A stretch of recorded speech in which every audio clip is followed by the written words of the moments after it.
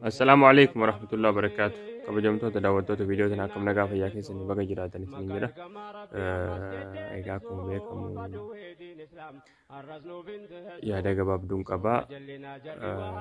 Sababni fedhanii irratti haasa'uu barbaadeef illee wantuma yeroo ammaa kanatti adeemamaa jiru waa'ee ergamaa kennaa Nabi Muhammad sallallahu alaihi wasallam arrabsamuu isaa irratti kaka'e namicha maraataa agumaa baay'isaa jedhamu kana jechuudha.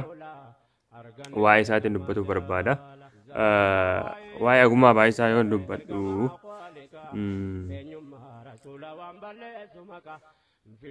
maal jedhee akka dubbadhu hin beeku. Haalli inni dubbatuu fi dubbii inni dubbatu san yoo ilaalu wanti dubbadhu takkaa yoo dhiba jechuudha. Akkam akka dubbadhu hin beeku. Akka inni dubbatu sanii haasaa isaan yoo dhaga'u bas maal akka dubbadhu hin beeku. Namni nama ta'ee waan akka isaan dubbatu na dhiba. Namichi amma ol baasee dubbatee carraa argatee miidiyaa sanatti affeerameennan ol bahee dubbateetiin jedhe malee jibbiinsa amantii islaamatiif qabu amma odoo hin ta'in duraanumarraa yoo akka carraa taatanii namni viidiyoo feesbuuk isaa jala seentanii laayivii inni waraabe ilaaltan tana akka carraa ta'eetiin ol baheetiin dubbate malee hedduudha jechuudha. Laayivii isaa guyyaa kana guutuu jala deemeetiin ilaale wallaahi jibbiinsa inni amantiidhaaf qabu addaati. Jibbiinsa inni amantiidhaaf qabuu fi jibbiinsa inni Jawaar Muhammadiif qabu waan addaati, waan ajaa'ibaati. Ka Jawaar achuma ka Jawaar itti dhiisaa rakkoon qabu. Ka Jawaar salphaadha. Ka amantii kana wantuma sammuu isaa keessa jiru, wantuma garaa isaa keessatti gubataa ture, wantuma yaadaa ture ol baatee dubbate malee kun waan biraati miti. Namichi kun sababni inni ani waan kana dubbadheef jedhe sababa Naasir Hamzaa lubbuu nama tokkoo lubbuu miliyoona 50tti madaaleef jedhe. Sababa Naasir Hamzaa waa'ee Jawaar dubbatee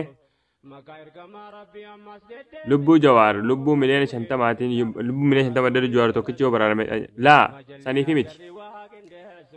Wal sabuun hin barbaachisu. Walitti himutu irra gaariidha. Saniif miti. Sababni ati dubbatteef ati jibbiinsuma amantii islaamaa qabda jalqabumatti. Jibbiinsuma amantii islaamatu keessa kan kee jira.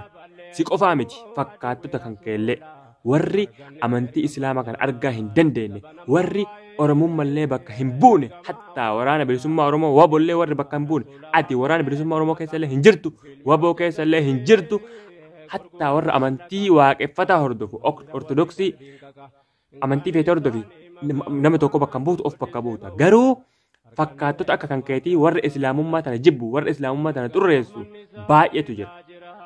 Kana sitti ol baatee dubbate malee kana nuti hin beekna.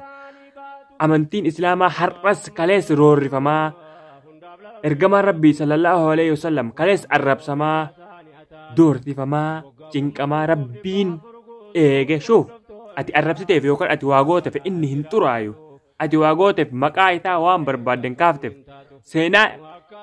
seenaa inni hin dalaginiin maqaa isaa balleessite har'a wanta inni irraa akka wanni itti dhoogun Allahu akbar maal jedhetiin akka dubbadhu beeku viidiyoo isa wallaahi dhageeffadhe maal akka beeku maqaa isaanii zinaan kaafte wallaahi ati ilmoon zinaa zinaan ati ilmoon zinaa ergamaan rabbii sallallahu alaihi wasallam qulqulluudha rabbitu qulqulleesse ati kana waan barbaaddaa kaafte wanta ati irraa irriftu akka hin jiru.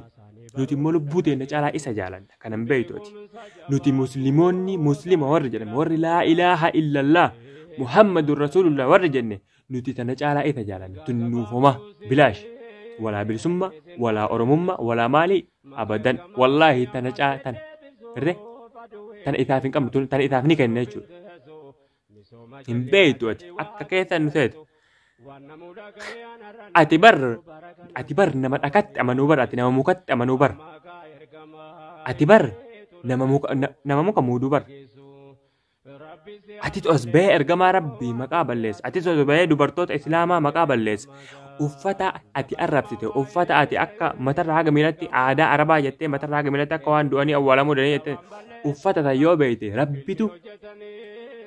rabbitu dubartoota islaamaa kabajeetiin dubartoota islaamatiif kenne uffata tan kuni badhaasa rabbiitiin beeytu ati mee dubartoota keenya laali akka isaan babbareedan mee laali waa tokko sitti immoo fakkeenya harreedha ati harreedha akka harree fakkeenya harreetii kaasaati harreedha harree fakkeenya harree kaasanii fi harree malaaxatii fi harree naxaa laali harree malaaxaa madaa gartee ati laal dubartoota keessa warra qullaa akka yaa'an barbaadu warra akka barbaaddetti ilaaluu barbaadu sani akka malaaxaa harreetti ilaali.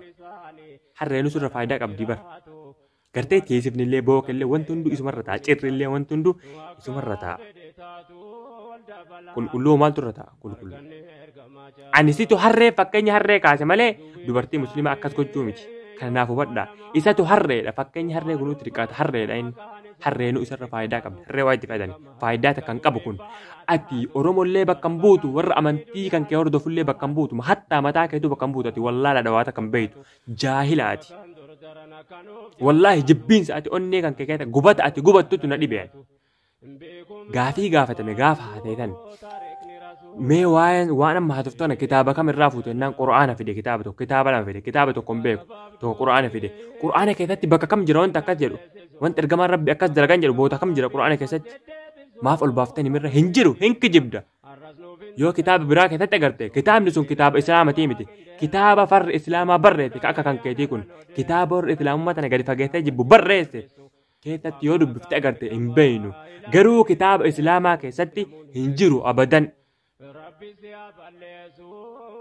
Islaamummaa tana Rabbitu filatee nuuf kenne isin maaf jibbitan maaf dadhabdan nuti yoo qabsollee taate qabsoo Oromoo tanas yoo taate kan haga islaamaa qabsaa hin jiru kan isiif jecha saqqalame isiif jecha du'e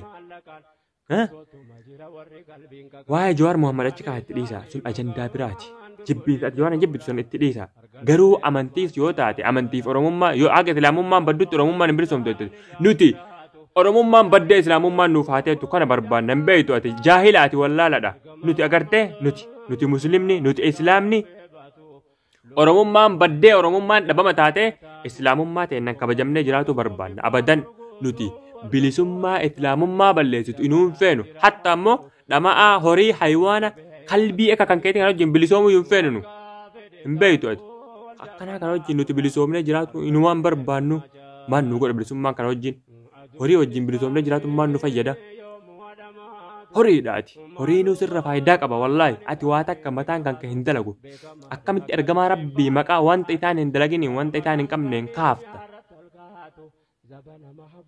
ati isaan zinaan kaaftu san zinaa san isaan walaa taqrabu zinaa jedhanii irraa dhooggan ittuma hin dhiyaatina ati bar isaan ati deebite isaan saniin kaafte bar isaan immoo ittumaa hin dhiyaatina jedhaniitiin irraa dhooggan ati hin beeytu ittuma hin dhiyaatina ati isaan ati deebitee maqaa isaan hin balleessu san isaan hin xureessu san isaan ittumaa hin dhiyaatina jedhan ati wallaaladha jaahila hin beeytu eessaa fiddire mee kitaaba kam keessaa dubbiftee fidde eessa keessaa hin jiru kitaaba farra islaamaa yoo taate san nun galchu sun kenna miti kan kabarreesse warra biraati garuu ati ergamtee ati sa'aatii kanatti sa'aatii Oromoon lubbuu keessa jirtu sa'aatii qabsoon Oromoo ilmi namaa gadhumataa jiru keessatti wanti ati fiddee waa'ee amantii kana kaafteef ergama biraa qabdaati ati sitti himte waaqeffatallee bakka hin buutu Oromollee bakka hin buutu hattaa waraana bilisummaa Oromoo bakka hin buutu ati watakka wanti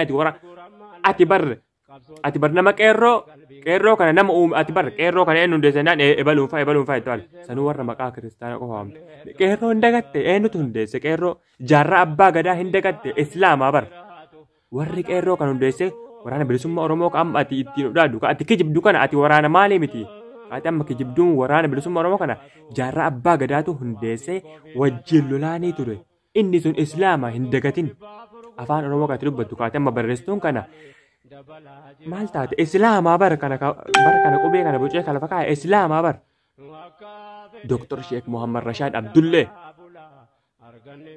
islaamni akka ati amma yaaddu kanatti akka islaamni qabsoo Oromoo tana keessaa waa takka hin qabnetti ati yaaddu kana doktora ati doktora maali tortoraa jedhe wallaahi dhugaan tortoraadhaati ati waa'ee Oromollee waan ati beeytu hin jiru waa'ee amantillee waan ati beeytu hin jiru haywaanaati horiidha jaahila ganaati barbaachisa mataa kan kee bani irra deebi'i dubbisi irra deebi'i baradhu okay ani viidiyoo kan kee ilaalee viidiyoo kan kee hamilee sitti hin godhuuf viidiyoo kan kee gabbaateen dubbadhuuf malee viidiyoo kan kee fidee sila akkasitti irra haasaa garuu viidiyoo kan kee hin fide gara fuulduraatti inshaallah dhamaa akka kan keetii kanatti Oromoo bakka bu'e kanatti Oromoo wal diisisa kanatti Oromoo kana wajjin qabsoofnaa bilisummaa dhabnee akkatti bara baraan gabroofna. Wallaala akka kan keetii ka ati Oromummaan Islaamummaan keessa hin jirre inuu hin jirtu ati boo beekati Oromummaan Islaamummaan keessa hin jirre Oromummaan Islaamummaa hin ammanne inumaa hin jirtu abadan kana naaf beekati. Maaliif beektaa akka itin nu Oromoota keessaa nu balleessuu barbaadan nuti Islaamni sirriitti gadi fageenyaan beekna garuu isin warra kijibu kana caalaa isin warra afaan nuti qabsaa'e ofiin jedhu kana caalaa nuti isiniif qabsaa'e nuti Islaama isin beeksise gaafa qawwee taanallee nuyi ammaan tana sa'aa kanatti waraana bilisummaa Oromoo keessatti Islaama meeqatu kayoo Oromummaaf taate lubbuu ofii kennu kayoo amantii isaatiif taate illee wareegamu meeqatu jira hin beektu ati. Waraana bilisummaa Oromoo akka nama waraana bilisummaa Oromootti bakka. Maal beekta ati waa'ee waraana bilisummaa Oromoo wanti ati beektu hin jiru. Har'a uummanni warri waraana bilisummaa Oromoo ati maqaa isaaniitiin daldalatuu barbaadde kuni warra waliif du'u. Warra muslimni kiristaanaaf du'u warra kiristaanni muslimaaf du'u ati hin beektu kana. Wallaaladha ati maalitti beekta? Waraana amantii keenya xureessuuf jecha waraana bilisummaa Oromoo da'oo godhattee waan barbaadde. Hin jiru kun abadan.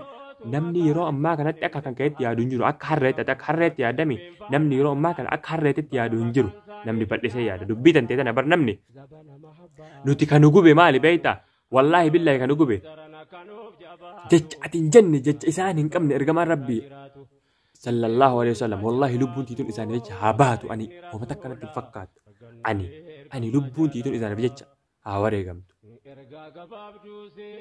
Hin beektu ati nuti amantii teen maaf jiraanna ardii tana gubbaa wanti nuti jiraannuuf bari jireenya biraa nuti boonasii jiraanna jireenya biraa nuti tirfii jiraanna nuti amantii teen bira ati achi tarree nuti akka Islaamatti walaa Oromummaa walaa jireenya biraa nuti tirfii jiraanna wanni nuti jiraannuuf jalqabni nuti addachii tana gubbaa jiraannuuf amantii tanaaf nuti bari jireenya bal'aa jireenya dhuma hin qabne qananii fuulduratti qabnaa bar akka keessanii miti bar hin beektu ati nuti laal tana boonasii itti wajja jiraataa jirra malee nuti Islaamni inshaa Allah fedha rabbiitiin ergamaa keenya Muhammadii wajjiin fuuldura keenyatti qananii bal'aa kadhuma hin qabne qabna hin beektu ati baradhu dubbisi seenaa Islaamaa irra deebi'i Islaamummaa ati arrabsitu nabiyyi ati arrabsitu kana isaaf jecha nama meeqatu lubbuu ofii tana dhabe hin beektu ati nabiyyiin ati arrabsitu kun duraanillee gartee atiin dhamaan arrabsitu kun duraanillee xiqqeenya isaatirraa ka'ee osoo arrabsamu dhufe osoo doorrifamu garuu lubbuun namaa ati dubbiin kan ka'e kun isaanirra waan takka hin hir'isuu bara garuu nuti otoo nu jirru maaliif inni arrabsamaadha malee ati bar osoo akka kan keetii kun bileenni as ba'ee guyyaa irraa dubbate wallaahi duwwaa tuqaashan waa takka irraan irriftu abadan kana beekati garuu osoo nuti lubbuun jirru namni dhama'aan tortoraan horiin akka keetii kun maaliif isaan arrabsaadha malee kan gubu nuti maaliif dachii tana gubbaa jiraanna ka akkan keetii kun ka isaan arrabsu jechuutu nu gube akka Islaamatti nu dubbachiisa malee osoo addunyaan tun guutuun miti siidhamaa kana addunyaan tun guutuun kaatee arrabsite wallaahi waa takka irraan irriftu hin beektu waa takka gochuu hin dandeettu maaliif jennaan rabbitu eegaa bar rabbitu ergee ani dubbatuun gahee kiyyaafi malee ani akka Islaamatti isaaniif jecha falmatuun isaaniif jecha du'uun ani amantii tanaaf jiraadha isaan hordofeetiniin amantii tana jabeeffadhee rabbii kiyyaa wal arga jedheetiin addunyaa tana gubbaa jiraadha kanaafin ititu lubbuu tiyya tana caalaatti jabaatame malee osoo aniin kun dubbatu baadhee osoo namni kamuu dubbatu baatee jallise wallaahi ati abadan arrabse addunyaan kun guutuun isaan raawwata kan irrasu kana beeke wanni sirriitti nuuf beekuu qabdan nuti Islaamummaa tana caalaa jalan isiif jecha kunu wallaahi hin dagatinaa tan okay